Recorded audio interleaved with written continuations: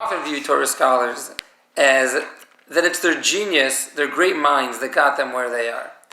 But the truth is that it's really today's way of wisdom that really got them where they are. It's called Nosei Ba'olim Chavero, sharing in the load with your friend. What this means is that it's the ability to really connect internally with your fellow Jew. Say, for example, if we could concretize it, obviously this isn't perfect. Someone's carrying 100 pounds of stress on their shoulders. So to be nosei b'ol, to share in their load, is not to say, wow, it looks so tough to have 100 pounds of stress on your shoulders. Don't worry, life's going to improve. But what it means is to take 50 pounds of stress off their shoulders and put it on your shoulders. To sit down with them and really internalize their struggle and feel it, be part of it with them, which takes it off of their shoulders.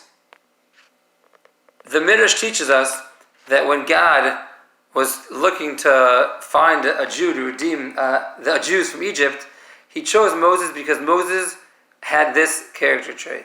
Moses, despite living in the palace, despite having the royal lifestyle accessible to him, he left that comfort zone and he went to check out how his brothers were doing in Egypt. And he didn't just go check them out, he helped them. He helped them push, he helped them carry.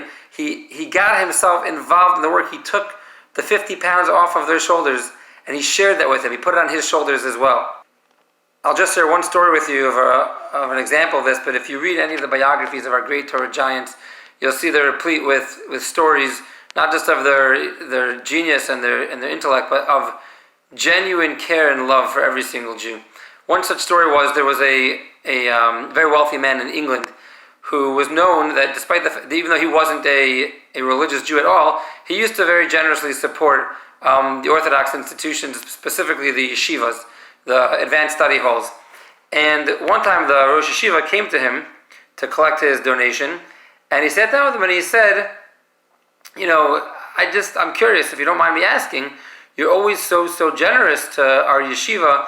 Is there some reason, where this is coming from, or is, why do you find us specifically to be so appropriate to give us so much money? We really appreciate it. So he said, Rabbi, I want to tell you a story that happened to me when I was a kid. So my parents were religious, and I struggled. It was very hard for me. I had a tough time. I was a very active kid. It didn't work for me to be in yeshivas, and I struggled, and I couldn't be in them. And my parents really wanted me to learn in the yeshiva of the Chafetz Chaim. Chafetz Chaim was one of the greatest rabbis of the generation, and he had a yeshiva, and I had no desire to go to this yeshiva. My parents said, you have to go take a test, take an entrance exam to try to get into the yeshiva. So, sure enough, I traveled. It was a couple days travel, and I went into the yeshiva, and I failed with flying colors. I made sure that there was no way I was going to get into this yeshiva. So the rabbi who gave me the exam, he told me that, we don't think this is a good fit for you, we'll try to find somewhere better for you. And I told him, Rabbi, I understand that this yeshiva isn't a good place for me, but I can't travel back. It's already nighttime. I can't travel back until tomorrow. Do you think I could spend the night in the dormitory?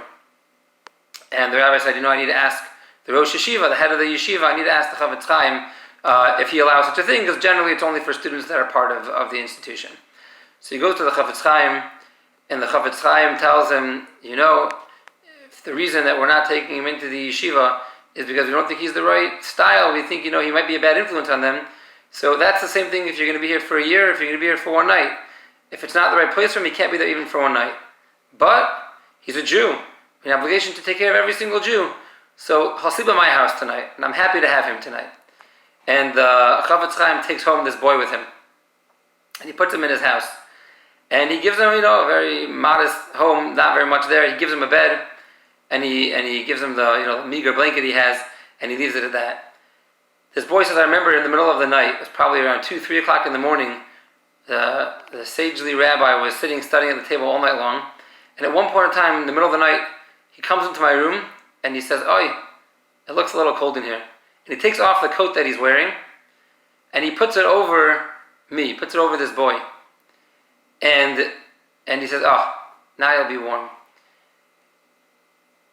And I remember this story, he says, and I still to this day, whenever I see a long white beard, I can still feel the warmth of that jacket. I think this is the message. The Chafetz Chaim understood that each Jew is important, and he had the uncanny ability, like all Torah giants do, to connect, to feel a suffering. At 3 o'clock in the morning, you think he's just studying his Torah. What's he thinking about? I have a guest in my house, a holy Jew. Oh, he's not good enough to be in my yeshiva? He's a holy Jew. We have to do everything we can for him. He takes off his own coat and puts it on top of him to keep him warm. This is, I think, something that we can all take with us during these times. We all know people that everyone's stressed out, everyone's struggling, everyone's having a difficult time in some way or another. This is an amazing thing for us to think about and to strengthen ourselves and say, what can we do? How can we help somebody else? And not just ask them, hey, what's going on, but really do something meaningful to try to really internally connect to what someone else is going through.